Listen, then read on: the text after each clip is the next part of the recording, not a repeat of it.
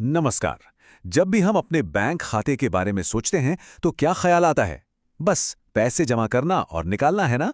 पर क्या आपने कभी ये सोचा है कि जब आप बैंक में पैसा जमा करते हैं तो आप असल में बैंक को एक तरह का कर्ज दे रहे होते हैं? जी हाँ, ये सच है।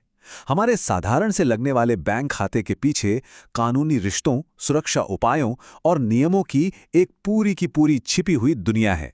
तो आज हम आपके बैंक खाते के इसी गुप्त जीवन की पड़ताल करेंगे।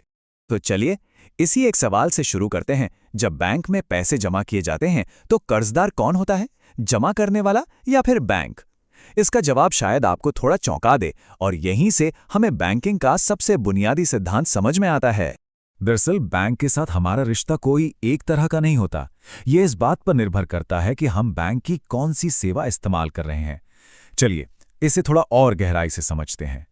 देखिए, ये बहुत सीधा सा है। जब हम पैसा जमा करते हैं तो हम बन जाते हैं लेनदार और बैंक बन जाता है देनदार। क्यों? क्योंकि हमने उसे पैसा एक तरह से उधार दिया है। लेकिन जैसे ही हम बैंक से कोई लोन लेते हैं तो ये भूमिकाएं पूरी तरह से पलट जाती हैं। अब बैंक लेनदार है और हम देनदार। यही बैंकिंग के बिजनेस का मूलाधार है। अच्छा, अब बात करते हैं सेफ्टी की। मान लीजिए आपने बैंक को कोई कीमती चीज रखने के लिए दी, तो यहाँ आप मालिक हैं और बैंक एक संरक्षक की तरह उसकी देखभाल कर रहा है। लेकिन अगर आप एक लॉकर किराए पर लेते हैं तो ये रिश्ता बदल जाता है। अब आप एक किराएदार की तरह हैं और बैंक मकान मालिक की तरह। आप सिर्फ उस जगह को किराए पर ले रहे हैं, उसके अंदर क्या है इससे बैंक का सीधा लेना देना नहीं है।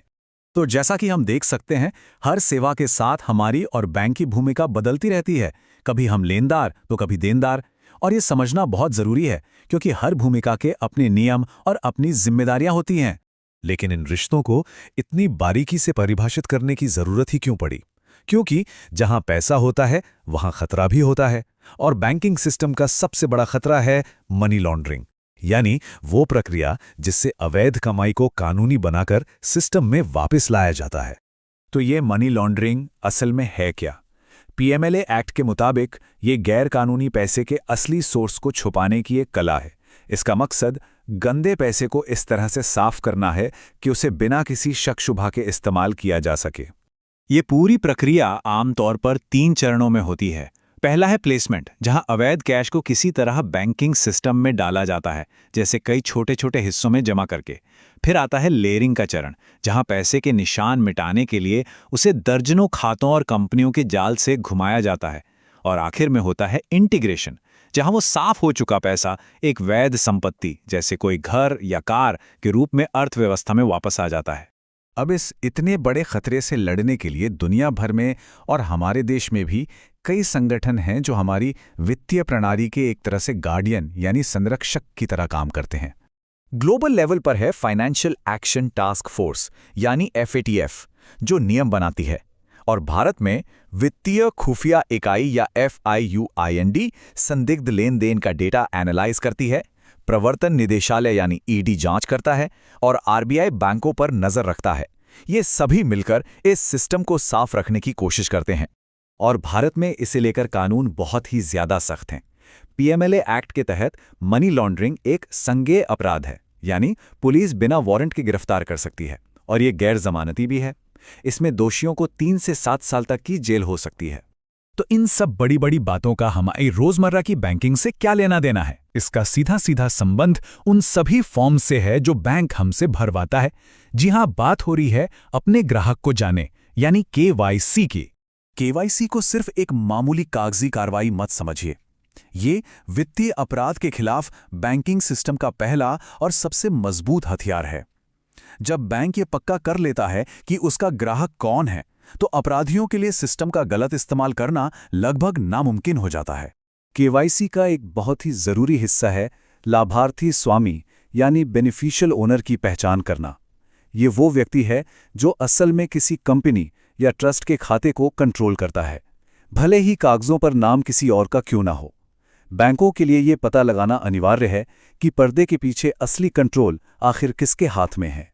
क्या आपने कभी ये सोचा है कि बैंक आपको किस नज़र से देखता है? असल में वो सभी ग्राहकों को एक ही तराजू में नहीं तौलते। वे रिस्क मैनेज करने के लिए हर ग्राहक की एक प्रोफाइल बनाते हैं और इसी से ये तय होता है कि किसी को अपनी KYC जानकारी कितनी बार अपडेट करानी होगी। इसे ऐसे समझिए, एक सैलरीड एम्प्लॉई एक कम जोखिम वाला ग्राहक माना जाता है, जिसे हर 10 साल में अपनी केवाईसी अपडेट करनी होती है। वहीं दूसरी तरफ एक जौहरी, जिसका काम ज्यादातर नकद में होता है, वो एक उच्च जोखिम वाला ग्राहक है और उसे हर 2 साल में ये प्रक्रिया दोहरानी पड़ती है। ये सब रिस्क मैनेजमेंट का ही हिस्सा है। और अगर बैंक के नियमों का पालन ना करे तो पीएमएलए के तहत बैंक जैसी रिपोर्टिंग संस्था पर हर एक उल्लंघन के लिए 1 लाख रुपए तक का जुर्माना लगाया जा सकता है। ये बहुत बड़ा कारण है कि इन नियमों को गंभीरता से लिया जाता है। तो ये असल में काम कैसे करता है? मान लीजिए कोई एक छोटा बिजनेस शुरू कर रहा है, तो खाता खोलने के लिए बैंक उस बिजनेस का रजिस्ट्रेशन, जीएसटी सर्टिफिकेट या टैक्स रिटर्न जैसे कई दस्तावेजों में से कोई 2 मांगेगा। ये सब सिर्फ ये पक्का करने के लिए है कि वो बिजनेस पूरी तरह से पारदर्शी और कानूनी है। और ये सब हमें एक आखिरी और बेहद ज़रूरी सवाल पर ले आता है। एक सुरक्षित वित्तीय सिस्टम बनाने के लिए हमें अपनी बहुत सारी निजी जानकारी देनी पड़ती है। तो सवाल यह है कि क्या ये सुरक्षा हमारे पर्सनल डेटा के लिए एक उचित कीमत है? ये एक ऐसा सवाल है जिस पर हम सबको सोचना चाहिए।